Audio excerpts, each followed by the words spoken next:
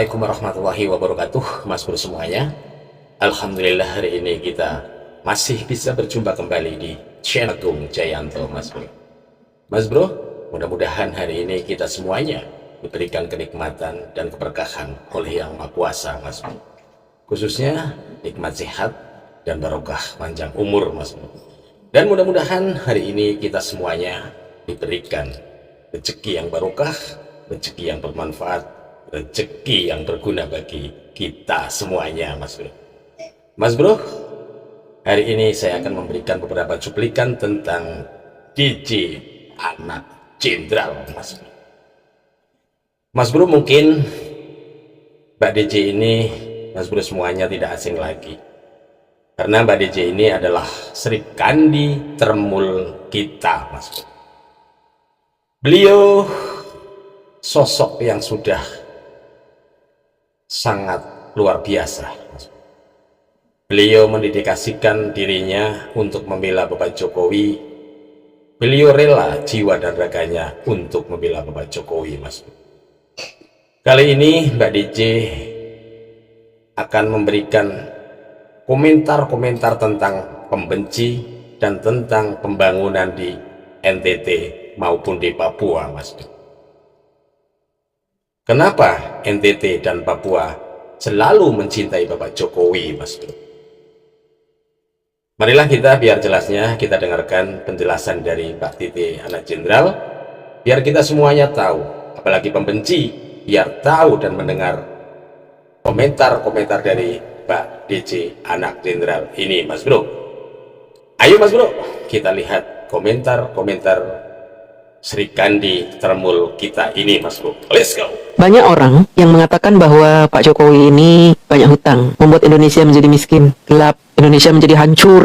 Nah, pendapat-pendapat ini memang sengaja dilontarkan oleh mereka untuk menutupi jejak-jejak baik Pak Jokowi buat bangsa Indonesia. Mereka sengaja menyebarkan itu. Pak Jokowi tukang utang, penipu, membuat Indonesia hancur-hancuran, membuat kita semua miskin, nggak bisa kerja, membuat harga barang-barang naik. Sementara mereka tidak pernah mengakui kinerja Bapak Jokowi, tidak pernah mengakui karya-karya Bapak Jokowi, bahkan mereka ingin menutup-nutupi hasil kerja keras Pak Jokowi selama memerintah Indonesia. Mereka ingin menutupi jejak-jejak baik Pak Jokowi. Bahkan mereka ingin meniadakan warisan berharga dari Pak Jokowi untuk bangsa ini. Bantu saya menyebarkan berita ini supaya upaya-upaya mereka untuk meniadakan prestasi Pak Jokowi gagal. Ketika menonton video-video hasil karya Pak Jokowi, saya selalu menangis. Kenapa? Karena kok ada sih pemimpin yang seperti beliau ini? Kok ada ya? Padahal kita selama lebih dari 40 tahun kita disajikan sistem pemerintahan yang tidak pro rakyat, yang tidak peduli. Kepeduliannya terbatas. Contohnya, saya kasih contoh ya. Tetapi ini tidak dengan maksud saya ingin menjelek-jelekan pemerintahan rezim-rezim sebelumnya, tidak ya. Tapi ini hanya contoh.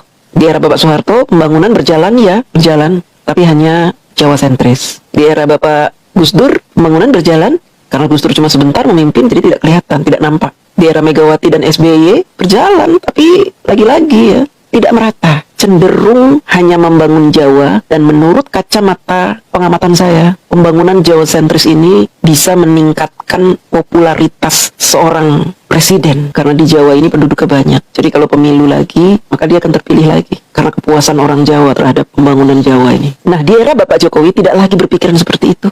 Pak Jokowi punya visi misi berbeda. Visi misi beliau ini adalah pemerataan pembangunan, dilandasi rasa cintanya terhadap seluruh rakyat Indonesia, tidak hanya rakyat Jawa di mana beliau berasal. Dan hasilnya luar biasa. NTT yang tidak pernah dilirik untuk dibangun, diperhatikan di era Pak Jokowi, terbangun rapih dan berubah 180 derajat. Teman-teman harus tahu, di NTT ini musim hujannya tuh hanya beberapa bulan, cenderung kering. Padahal rakyat NTT bergantung pada hasil pertanian. Seringkali mereka mengalami yang namanya paceklik karena apa? Tidak turun hujan. Berpuluh-puluh tahun begitu. Dan kemiskinan di NTT luar biasa tingginya, sangat tinggi. Di era Bapak Jokowi, teman-teman harus tahu nih kecerdasan Pak Jokowi untuk membangun NTT. Untuk menghapuskan kemiskinan di NTT, gimana caranya? Pak Jokowi keren. Melihat NTT yang curah hujannya sedikit, maka Pak Jokowi membuat yang namanya bendungan. Walaupun bendungan tersebut menghabiskan banyak biaya, diantaranya mungkin berasal dari hutang luar negeri, tapi hasilnya kemiskinan berkurang, rakyat sejahtera, bisa bercocok tanam, air, bahan baku masyarakat NTT tersedia di bendungan tersebut yang dibangun oleh Pak Jokowi. Bahkan bendungan yang dibangun oleh Pak Jokowi bisa menghasilkan listrik. Luar biasa. Kita tonton ini. Pemerataan pembangunan selalu menjadi salah satu janji yang digaungkan oleh para calon pemimpin di negeri ini. Sayangnya, hal ini masih saja sulit dirasakan oleh masyarakat di sejumlah provinsi di tanah air. Namun, hal berbeda mulai terjadi di beberapa daerah sejak terpilihnya Joko Widodo sebagai orang nomor 1 di Indonesia. Misalnya saja Provinsi Nusa Tenggara Timur. Lantas apa saja yang telah dilakukan Jokowi untuk NTT? Mari kita bongkar. Total 22 kabupaten dan kota. Pada tahun 2022, Provinsi NTT dihuni oleh 5,4 juta jiwa penduduk dengan kepadatan 114 jiwa per kilometer persegi. Nusa Tenggara Timur adalah provinsi yang terdiri dari beberapa pulau, di antaranya Flores, Sumba, Timor, Alor, Lembata, Rote, Sabu, Ende, dan Pulau Komodo, dengan total sekitar 1.200 pulau. Ada beberapa faktor yang melanggengkan Provinsi NTT sebagai salah satu daerah miskin di Indonesia. Faktor geografis mengambil peranan lantaran provinsi ini memiliki curah hujan yang rendah, sehingga membuat tanah menjadi kering dan tandus.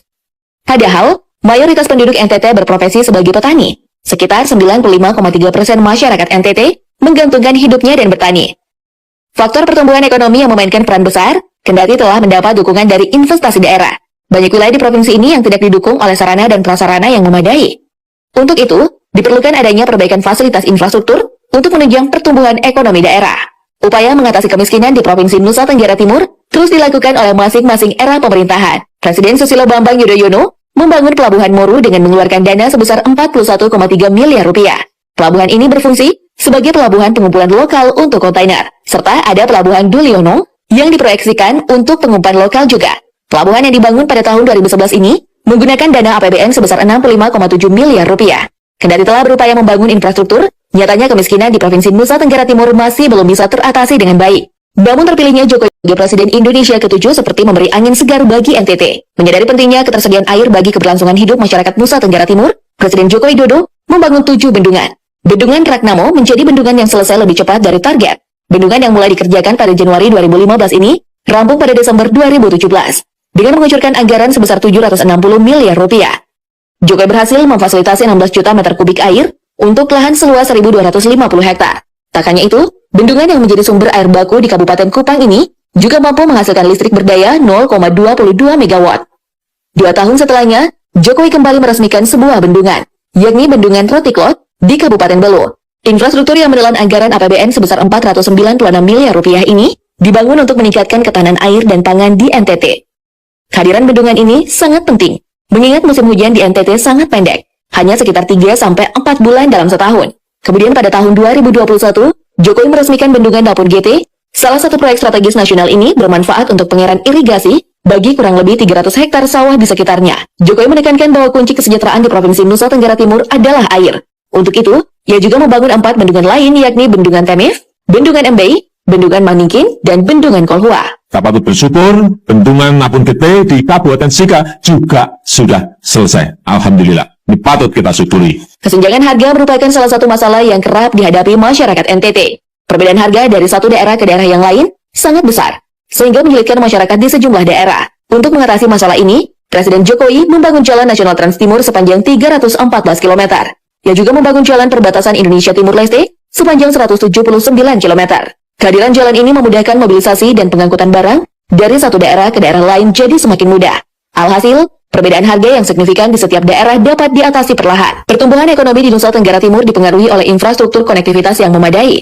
Salah satu contoh infrastruktur yang telah rampung dibangun dalam Jembatan Benenain di Kabupaten Malaka. Jembatan sepanjang 125 meter ini bermanfaat dalam mempercepat pemulihan arus perekonomian di jalur pada lintas selatan timur, Malaka, Belu. Selain itu, terdapat 13 jembatan kecil di Kabupaten Kupang yang juga telah rampung. Beberapa di antaranya yakni Jembatan Baimel sepanjang 65 meter, Jembatan Bompo 1 dan 2 sepanjang 30 meter dan 20 meter, Jembatan Oelobe sepanjang 20 meter, Jembatan Simait Kecil 1 sepanjang 15 meter, Jembatan Belelit Susu sepanjang 30 meter, dan Jembatan Nombata sepanjang 15 meter. Pembangunan infrastruktur di Nusa Tenggara Timur tersebar di 105 lokasi, yang berperan penting agar mobilitas barang, jasa, dan manusia lebih efisien. Selain membangun berbagai infrastruktur seperti jalan nasional, bendungan, dan jembatan, Presiden Joko Widodo juga mengembangkan industri pariwisata. Di bawah kepemimpinannya, Labuan Bajo disulap menjadi destinasi wisata yang sangat indah. Pemerintah mulai menata kawasan ini, membenahi akomodasi untuk wisatawan, penambahan infrastruktur di sejumlah titik, hingga memperdaya sumber daya manusia serta kesenian lokal. Tak hanya itu, Presiden Jokowi juga menjadikan Labuan Bajo sebagai tuan rumah konferensi tingkat tinggi negara-negara di kawasan Asia Tenggara atau KTT ASEAN 2023. Ini merupakan salah satu cara mempromosikan Labuan Bajo ke mata dunia. Terselenggaranya KTT ASEAN di Labuan Bajo tentu akan berdampak pada pertumbuhan ekonomi di Manggarai Barat. Hal ini juga merupakan perwujudan dari pembangunan merata dan berkeadilan sosial. Strategi yang sama pernah dilakukan pemerintah terhadap industri pariwisata Bali. Bali dijadikan sebagai lokasi utama kegiatan konferensi di Pulau Dewata, sehingga banyak wisatawan lokal maupun mancanegara yang berdatangan. Lalu benar saja, salah satu alasan Presiden Jokowi menunjuk Labuan Bajo sebagai tuan rumah KTT ASEAN yang digelar pada Mei 2023 mendatang adalah untuk memulihkan industri pariwisata di industri timur. Pemulihan ini sangat penting pasca diterpa pandemi COVID-19. Komitmen Presiden Joko Widodo untuk memajukan Provinsi Nusa Tenggara Timur tampaknya bukan omong kosong belaka. Kalau kotong mau omong tentang kotong kondisi jalan raya nih, dia mau cerita sedikit doh tentang dia pengalaman atau dia pesiar di Jawa. Adi, dia terlalu kagum mati lihat dong kondisi jalan raya di sana. Terlalu mulus, lebar, bersih, ada jalan tol nih, terus ada jalan layang lagi, jalan lingkar luar, terus masih ada banyak mode jalan raya di sana yang kayaknya beta sempat dapat lihat di Tanah Timur. Nah, coba kotong lihat kotong jalan raya di timur sini. Mulai dari Kota Kupang sampai di Atambua. Susampit, balubang, lumpur, baru biasa longsor lai, sampai-sampai pas kotong mau jalan, kotong tatoa, baru susah bisa lewat. Apalagi kalau sudah masuk di musim hujan. Tambah lagi kalau ada pohon tumbang lai, jembatan rusak, tanah longsor, baru oto tertanam di lumpur lai, sudah bisa keluar. Biar oto mau tancap gas kencang-kencang itu, oto sudah bisa keluar. Terus kotong yang penumpang nih, kotong harus turun dari bis, terus bantu om sopir tarik pakai tali. Terus kotong sudah tambah dorong dari belakang supaya oto bisa keluar dari lumpur, kotong jalan terus. Nah itu cerita dari berapa tahun lalu. Sekarang kotong kondisi jalan sudah terlalu bagus sama kayak dulu. Jalan sudah lebar, aspal hot nih, mulus, terus dia keadaan bersih. Jokowi yang kalian tuduh pelongo-pelongo itu dalam mempertahankan marwah bangsa. Padahal kalian kalau ngatain beliau gimana? You walk the talk. Itu aja yang kalian ledek-ledekin bully itu, pelongo-pelongo, bletak-bletuk bahasa Inggrisnya katanya. Jagoan kalian yang jago bahasa Inggris siapa itu? Tom Lembong? Anies Baswedan? Belum tentu punya nyali seperti Pak Jokowi. Anies Baswedan jago bahasa Inggrisnya. Kalau cari pemimpin yang jago bahasa Inggris banyak. Guru kursus-kursus bahasa Inggris itu lebih jago dari Anies. Jadi kalau cuman bisa bahasa Inggris itu nggak menjamin dia itu keren. Kalau Pak Jokowi sudah terbukti bahasa Inggrisnya memang nggak bagus, tapi gaya kepemimpinan dia, leadership beliau itu belum ada yang menandingi. Di Indonesia ini belum ada yang menandingi. Beliau ini hanya tukang kayu loh. Bapaknya juga tukang kayu. Beliau lahir bukan sebagai politikus. Bukan siapa-siapa beliau. Tergolong anak miskin ketika kecil, tapi menjadi orang yang sukses dan kaya raya ketika dewasa. Mengapa Jokowi miskin waktu jadi wali kota? Justru beliau terkenal sebagai orang yang paling kaya di Solo. Di Surakarta tuh paling kaya Pak Jokowi. Makanya banyak partai-partai melirik beliau untuk maju sebagai wali kota Solo. Jadi jangan main-main dengan Pak Jokowi. Kalian yang menghina Pak Jokowi pelongo-pelongo itu belum tentu bisa sesukses Pak Jokowi. Jadi kalian tuh kadang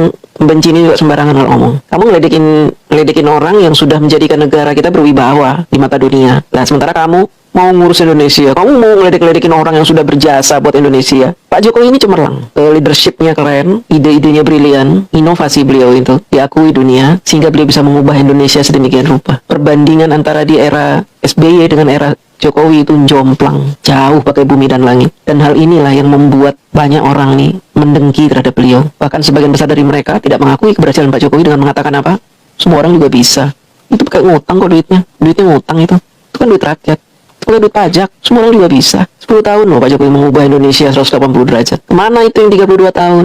Kemana itu yang 10 tahun? Kenapa tidak bisa sama-sama berhutang? Bahkan hutangnya lebih besar. Tapi nggak bisa melakukan apa-apa. Pembangunan yang dijalankan mangkrak karena tidak dipantau.